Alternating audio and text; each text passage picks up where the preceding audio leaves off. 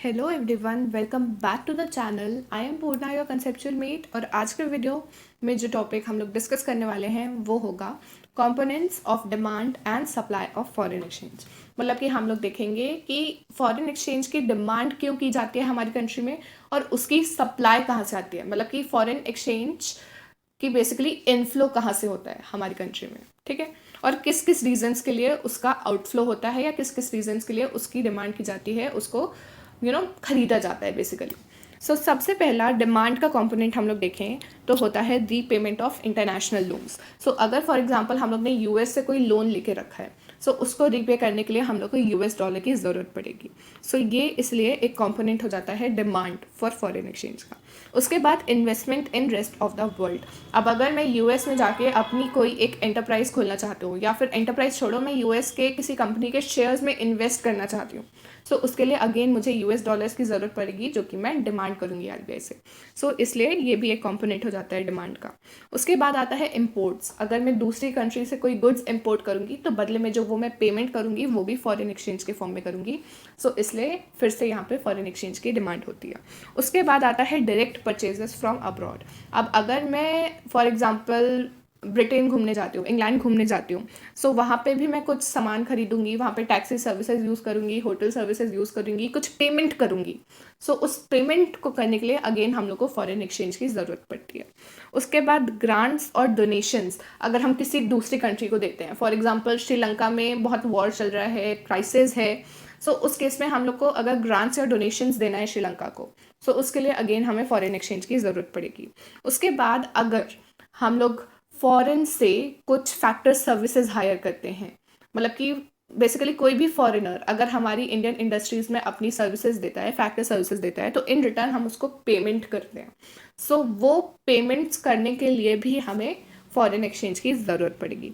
उसके बाद लास्ट आता है स्पेक्यूलेटिव ट्रेडिंग। तो हम लोग अपनी कंट्री में ही कई लोगों को देखते होंगे कि जब बेसिकली ऐसा बहुत ज़्यादा यूएस डॉलर के केस में होता है कि अगर डॉलर की वैल्यू कम होती है, सो लोग उसको खरीद लेते हैं और उसके बाद उसको अपने पास रखते हैं जब तक उनको लगता है कि अब उनको अच्छा खासा रिटर्न मिल रहा है उसकी इन्वेस्टमेंट पे।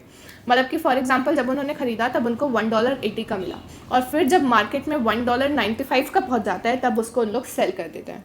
सो ऐसे में उन लोग को पर डॉलर अप्रॉक्सीमेटली 15 का प्रॉफिट हो जाता है। सो ये होती है हम लोग की स्पेक्यूलेटिव ट्रेडिंग, जिसमें कि लोग बेसिकली डॉलर्स की ट्रेडिंग करते हैं या फिर कोई भी फॉरेन एक्सचेंज की ट्रेडिंग करते हैं, जिसके लिए उन लोग फॉरेन एक्सचेंज को खरीदते हैं या फिर डिमांड करते हैं।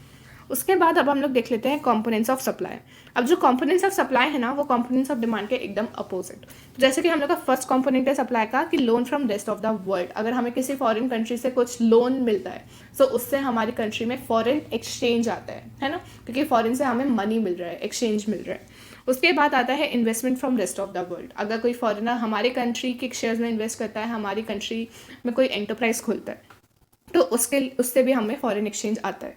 उसके बाद आता है एक्सपोर्ट्स, मतलब कि हमारी कंट्री के गुड्स को कोई फॉरेनर परचेज करता है, सो बदले में जो हमें पेमेंट करता है उसके ज़रिए भी हमारी कंट्री में फॉरेन एक्सचेंज आता है।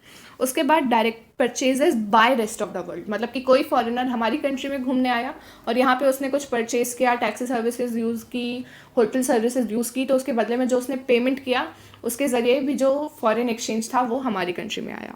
उसके बाद आता है ग्रांट्स एंड डोनेशन, मतलब कि अगर किसी दूसरी कंट्री से हमें कोई ग्रांट या हमें कोई डोनेशन मिलती है, सो फिर से हम लोग के पास फॉरेन एक्सचेंज की सप्लाई होती है। उसके बाद इनकम रिसिप्ट्स, मतलब कि हमारी कंट्री का कोई बंदा अगर फॉरेन की किसी कंपनी को कोई फैक्टर सर्विस देता है तो बदले में उसको कुछ पेमेंट रिसीव होती है, इनकम रिसीव होती है, तो उस इनकम से अगेन फॉरेन एक्सचेंज हमारी कंट्री में आया। उसके बाद लास्ट पॉइंट आता है remittance bye non residents of India, मतलब कि कोई इंडियन है जो कि यूएस में रह के काम कर रहा है लेकिन उसकी जो पूरी फैमिली है वो इंडिया में है, तो जब भी उसको सैलरी मिलती होगी तो वो अपनी सैलरी का एक पोर्शन इंडिया में अपनी फैमिली को भेजता होगा। सो वही हो जाती है हम लोग की रेमिटेंस बाय नॉन रेजिडेंट, और उसके ज़रिए भी हमारी कंट्री में फॉरेन एक्सचेंज आता है, ठीक है। सो इसी के साथ हम लोग का ये जो कंपोनेंट्स था फॉरेन एक्सचेंज की डिमांड और सप्लाई का, वो भी फिनिश होता है। इससे रिलेटेड नोट्स आपको डिस्क्रिप्शन में मिल जाएंगे, उसको एक बार ज़रूर रीड करिएगा जिससे कि आपके कॉन्सेप्ट्स और क्लियर हो जाएंगे। और अगर आपको ये वीडियो यूजफुल लगा, इन्फॉर्मेटिव लगा, then do stay tune for more such upcoming content. Till then, good bye.